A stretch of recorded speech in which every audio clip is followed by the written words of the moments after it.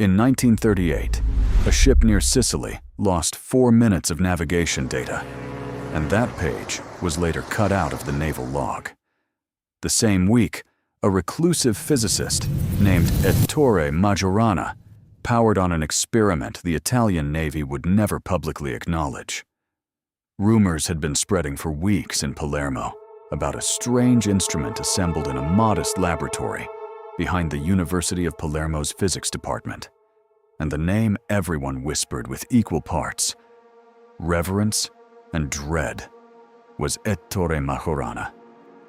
It was March 1938, and Italy's weather felt as brittle as its politics. Majorana, the brilliant and reclusive theoretical physicist who had worked alongside Enrico Fermi in Rome and Naples, had vanished from public life before. Now, neighbors said, he had returned with a box of papers and a prototype that could not be reduced to ordinary mathematics. Contemporary police reports, many later redacted, place Majorana in Palermo for a week. Local fishermen in the harbor of Palermo told magistrates they saw strange interference on their radio sets and a shimmering over the water, an effect like heat shimmering but cold to the eyes, on the night a coastal launch approached the breakwater. One logbook entry, preserved in a naval archive and stamped confidential, records that a small launch named Santa Lucia experienced an instrument failure and that 3 minutes of its odometer records were blanked out. That same page was cut from later photocopies. Enrico Fermi's private correspondence, sent to colleagues at the University of Rome, but not widely published until decades later, mentions a theory Majorana had entertained. Localized cancellations of quantum phase, a way to force electrons into a matched, self-annihilating configuration across a bounded region. He called it in playful shorthand, the envelope. The science reads like fevered extrapolation today, but the documents show plans. A ring of copper, layered crystals, and a lattice of mercury and salt tuned to a precise frequency, arranged to induce what Majorana labeled a topological null. He believed it might briefly reduce macroscopic interaction between matter and classical measurement, essentially a way to hide an object from being observed. On the night Palermo remembers, there are at least 3 competing accounts. The device was powered in a converted stables at the edge of the university grounds. One account comes from an oven maker, Pietro Conti, whose son insisted he had seen their kitchen clock stop and then jump forward 15 minutes.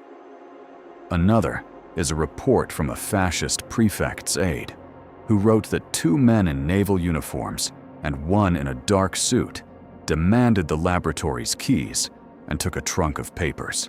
A third, found in a British naval intelligence dispatch declassified in the 1970s, records that a small craft scheduled to sail to Naples reported a momentary spatial anomaly near Capo Gallo, and that the ship's radar returned a null for 4 minutes before reappearing on course. No definitive evidence ties the missing trunk or the naval interference to a successful demonstration.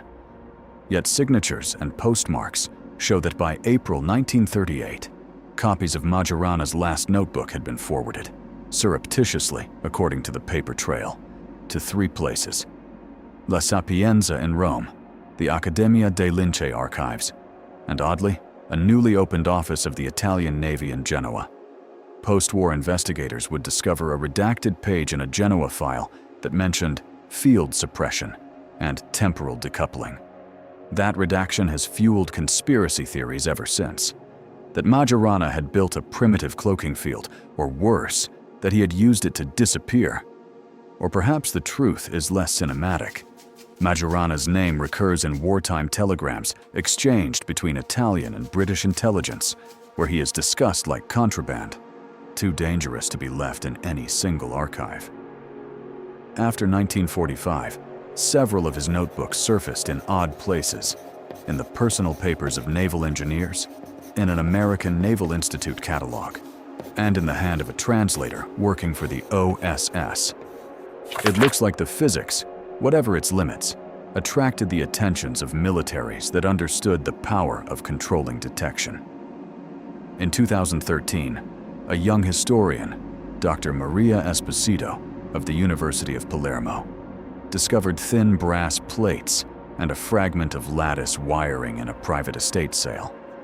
Her radiography found sub-microscopic alterations to the metal surface consistent with exposure to intense electromagnetic gradients. She published cautiously. Scientists responded with skepticism. Still, the combination of eyewitness testimony, redacted files, and scattered artifacts makes a disquieting narrative. That in 1938, in Palermo, a physicist's obscure thought experiment intersected with naval curiosity and state secrecy, producing an event the official record preferred to erase.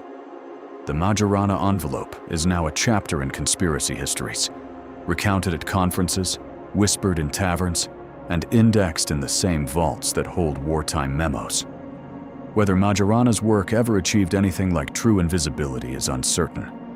What is certain is that a handful of papers, a broken ring of copper, and the missing minutes on a ship's log have kept the question alive. How often have ordinary nights been edited out of history simply because governments and scientists agreed to hide what they could not fully explain?